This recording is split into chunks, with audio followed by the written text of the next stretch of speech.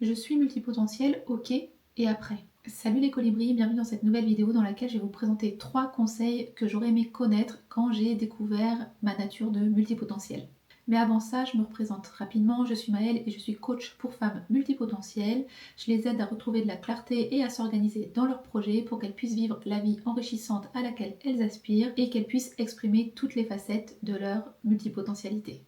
Quand j'ai découvert que j'étais multipotentielle, ça a été un énorme soulagement, puisque je comprenais enfin pourquoi j'adorais apprendre, pourquoi j'avais tendance à changer de direction, pourquoi je commençais plein de projets sans aller forcément toujours au bout, et pourquoi la routine m'épuisait. Sauf que savoir qu'on est multipotentiel, c'est une chose, mais apprendre à vivre avec, à construire une vie qui respecte cette nature-là, c'est une autre étape, et donc c'est pour ça que dans cette vidéo, je vais vous partager 3 conseils que j'aurais aimé connaître quand j'ai découvert ma multipotentialité. La première chose que j'ai apprise au fil des années, c'est de ne pas chercher immédiatement à tout vouloir organiser. Quand on découvre sa multipotentialité, on a tendance à vouloir tout comprendre, tout cadrer, tout planifier. Mais en réalité, c'est le moment d'explorer. Donc, si c'est ton cas, ce que je t'invite à faire, c'est vraiment de noter toutes tes envies, toutes tes idées, toutes tes curiosités, tous les sujets qui t'attirent. Prends le temps d'observer ce qui t'anime, sans te juger ni chercher une logique. Parce que c'est dans cette phase d'exploration que tu vas commencer à mieux te connaître et à sentir ce qui te nourrit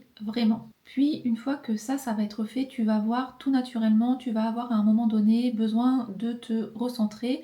C'est tout à fait normal puisque quand on a comme ça 1000 idées, 1000 envies, le risque à un moment donné c'est de s'éparpiller. Et la clé à ce moment-là c'est donc de revenir à l'essentiel. Et donc là quand tu seras dans cette étape-là, pose-toi la question suivante. Qu'est-ce qui compte vraiment pour moi ici et maintenant? Pas dans 6 mois, pas dans 3 ans, mais vraiment qu'est-ce qui est important pour moi juste aujourd'hui? D'ailleurs, j'en profite pour faire une petite parenthèse, c'est pour ça que j'ai créé mon année organisée. C'est un programme que tu peux faire en toute autonomie pour apprendre à structurer ton année autour de tes vraies priorités et pas de celles qu'on t'impose. C'est un cadre simple pour avancer avec clarté et sérénité sans t'épuiser. Et mon conseil numéro 3, c'est de ne pas rester seul. On a tendance à sous-estimer la force du collectif, surtout quand on se sent différente, atypique, multiple. Et c'est d'ailleurs l'erreur que j'ai fait moi-même, à essayer de trouver toutes les réponses seule de mon côté. Et ce qui a changé la donne, c'est quand je me suis entourée de femmes qui vivent la même chose, qui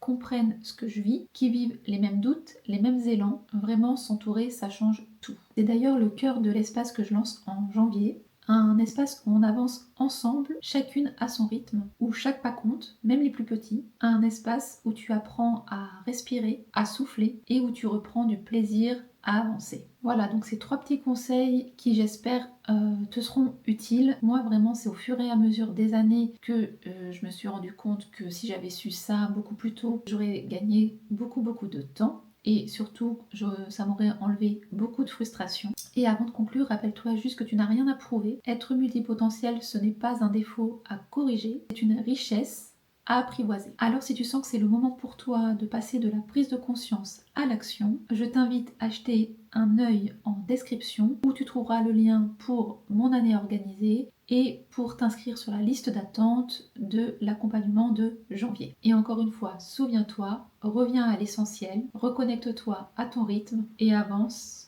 un petit pas à la fois.